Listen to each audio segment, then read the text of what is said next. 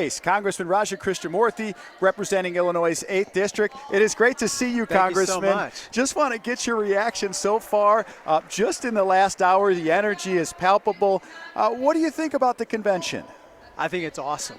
You know, we haven't done this for 8 years, right, because of the pandemic. And so, you know, being together, celebrating tonight Joe Biden, and of course Kamala Harris's nomination is huge.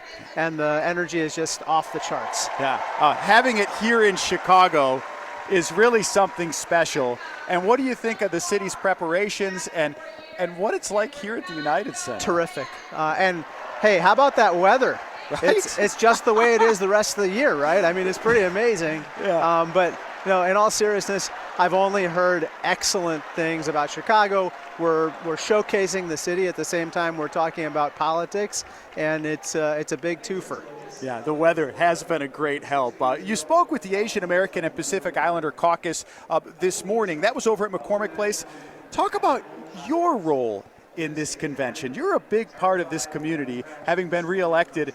What's your role in all of this? Well, look, I'm of Indian heritage, just like Kamala Harris is of Indian heritage through her mother, and her family hails from the same part of India that mine does. So it's a point of pride. It's a moment of great anticipation.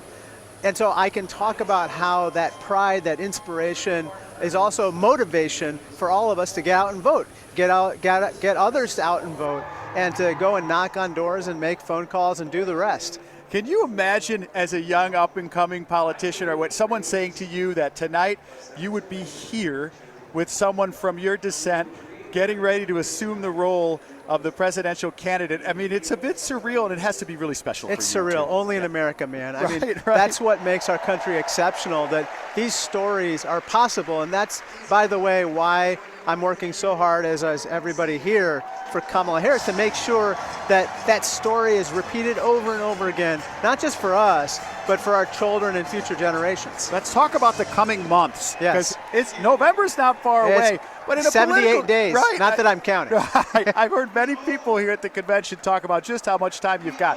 What does this campaign have to do to really build off the momentum it will no doubt get here in the next few days? Well, look, I think that a lot of people are now open to voting for Kamala Harris, but we haven't closed the sale.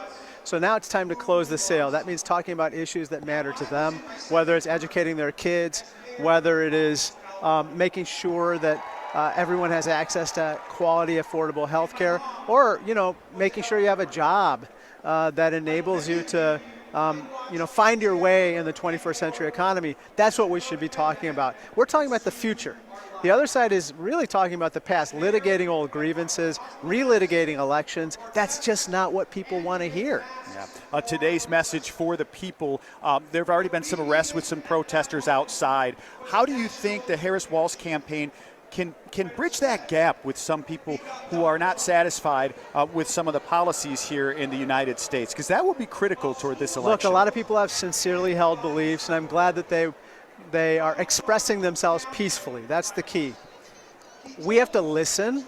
We have to make sure that we pursue what's in the best interest of all the people, and we have to pursue the current policy, which is we need a ceasefire deal right now, ceasefire in return for hostages, and massive humanitarian aid entering the Gaza Strip. That is what we need all sides to agree to. And with regard to how law enforcement has handled the protesters, I think they've done a good job so far.